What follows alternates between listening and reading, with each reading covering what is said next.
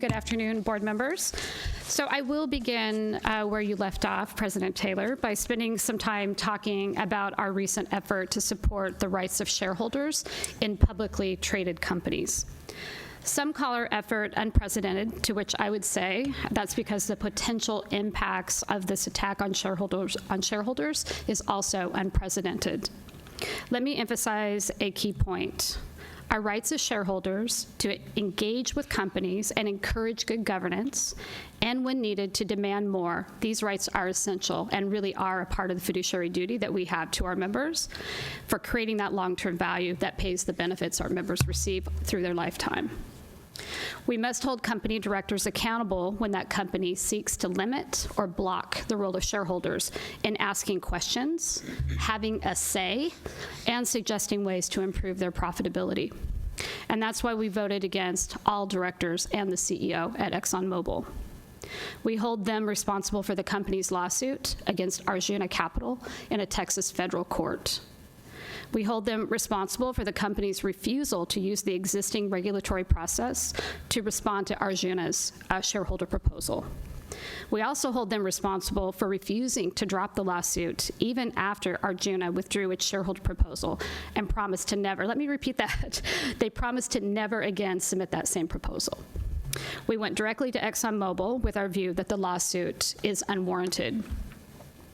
Our team had lengthy conversations with the company, including one between their CEO, Darren Woods, and myself. But when it was clear that ExxonMobil wouldn't change course, we made our decision to vote against all of its leaders. Our public awareness efforts in the days after that decision were intended to help CalPERS members and stakeholders understand why shareholder rights are so important, and really what we were trying to accomplish with our vote. We protect members' benefits by engaging with companies to address risks when we see them. An attack on any shareholder can easily turn into an attack on all shareholders. So let me talk a little bit about our communication efforts. I think the efforts really did have an impact. We received more than 1,100 emails from members, CalPERS members, in response to the open letter that President Taylor and I sent on May 20th. In the week that followed, several of our social media posts were our most viewed and engaged with content of the last year, and probably the last several years. We just didn't track it back beyond the year. While not all members shared our concerns, many expressed support and urged us to keep at it. Others thought this might be about climate change and ExxonMobil's operations. And that's why we have said many, many times this could have been any company and any issue. The fundamental rules of what's known as shareholder democracy were why we got involved. We shared information on a variety of communication platforms, and our effort generated significant national attention, which gave us the opportunity to share our concerns with audiences far and wide, leading up to Exxon's general meeting on May 29th. So ExxonMobil, not surprisingly, did declare victory when its directors won re-election. But recall, there wasn't an alternate slate of directors candidates, and we knew this was not going to result in cleaning house, but that wasn't the intent. We wanted to send a clear message that the lawsuit against shareholders is a failure of governance, and governance is a responsibility of the entire board. And so our effort successfully shared our concerns. It's not right to use the courts to address a shareholder issue when there's an existing SEC process that works well. And with the lawsuit still active, the threat to shareholder rights remains in play. Let's also not forget that shareholder proposals are almost always non-binding, and I think that is really lost in a lot of the communication on this topic. Corporations are not forced to take action just because a shareholder has a say on an issue such as say on pay. And while ExxonMobil insists the lawsuit was prompted by shareholders who kept filing the same proposal year after year, the fine print does suggest otherwise.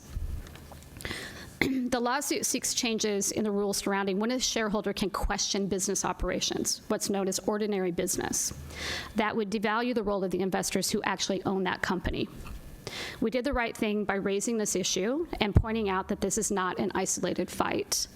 As a large investor, we have an obligation to address risks to our capital, and we need to do that head on. We'll continue to monitor this lawsuit and determine whether we believe there are necessary actions ahead of us. Another proxy case in the news is how we plan to vote at the Tesla general meeting tomorrow. At issue is a critical aspect of corporate governance, executive compensation, and whether Elon Musk, the CEO of Tesla, should receive a large compensation package that was blocked by a judge earlier this year.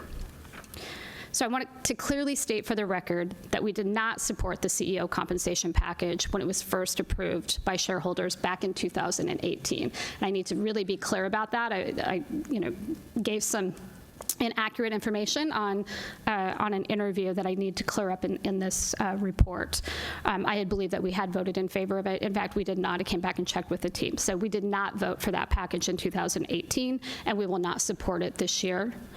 Our team raised a number of concerns during a qualitative analysis back in 2018. Those included the fact that the award was more closely tied to the company growth than it was to company profitability. We also raised questions about concentrating a large award on a single individual and the way it would strengthen the shares of Mr. Musk at the expense of diluting the value of those belonging to other shareholders. Executive pay should be properly aligned with the performance of the company and should be in line with industry peers. 6 years later, we see many of the same problems, even as the value of the original agreement is now 18 times larger than it was back then. And when compared with other high-performing companies, such as NVIDIA and Advanced Micro Devices, Mr. Musk's annualized pay package is nearly 140 times larger. For these reasons, we will be casting our votes against the pay package at the annual meeting. Two prominent proxy advisory firms, ISS and Glass Lewis, have also encouraged investors to vote against the compensation. Mr. Musk may seek to distort our position, but we believe our policies protect our members' interests and our exclusive responsibility to pay their benefits. In addition, earlier this year, a judge in Delaware invalidated Mr. Musk's pay package, calling it an unfathomable sum. The plaintiff's lawyers who won that lawsuit have now asked the court to award the firm over $5 billion in attorney's fees, taken in the form of Tesla stock. This, too, is outrageous, and like Mr. Musk's pay package, will dilute shareholders' interest in Tesla. Last night, we filed an objection to this request, joining other Tesla shareholders in protesting this would-be windfall, and we will announce our objection later this afternoon. So now on to some other events more specifically related to CalPERS. I'm very happy to report that our Pathways for Women event is back on August 26th and 27th. That will be in concert with Women's Equality Day. We have a great lineup of speakers. Many of those who were scheduled to speak last year when we had to postpone will be back this year on the agenda, so we're thrilled that they were able to free their schedules to do that. They will be joining us in Anaheim to tell their career stories. Some who were the first woman to hold a leadership role in that particular position or profession, others who will share what it takes to summon confidence and also how to develop a personal brand. The event kicks off with a keynote speaker in the afternoon, followed immediately by a networking reception where attendees can meet our speakers and connect with their peers. Day 2 offers a full complement of general sessions and a working session to share practical tips on winning communication techniques. Early bird pricing does close in a few weeks, so those who are paying attention, please get registered soon. And I'm happy to announce that we have also included a discounted rate for students.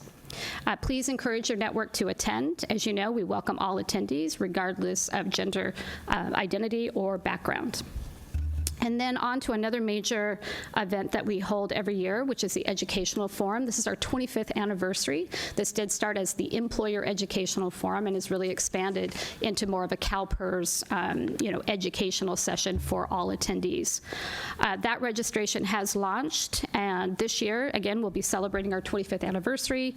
That's 25 years of coming together with our employer partners, and many of our labor partners and associations also attend this event to really help them understand the benefits that CalPERS offers to its members.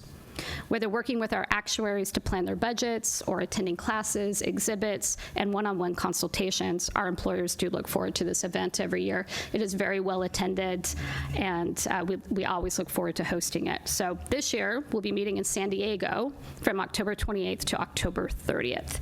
And once again, early bird pricing is still available through the end of July. And now on to a part of my job that I very much enjoy, and that's getting the opportunity to recognize our team members. So I want to close by recognizing this year's APEX recipients. And we have they're on the screen. So the APEX Award stands for Achieving Performance Excellence and is the highest form of recognition we offer to CalPERS team members. APEX recipients embody the best of what it means to be a part of the team. They regularly go the extra mile and step into field needs as they see them. And often, and most often actually, they do that without even being asked. They embrace the core values and continually exceed expectations in service to our members.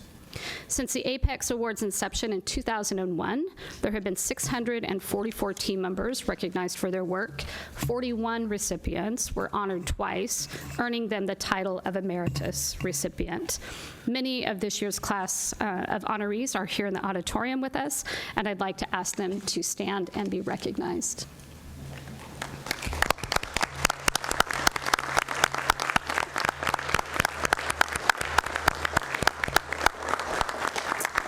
So thank you, and that does conclude my report, President Taylor, but I'm happy to take questions from any of the board.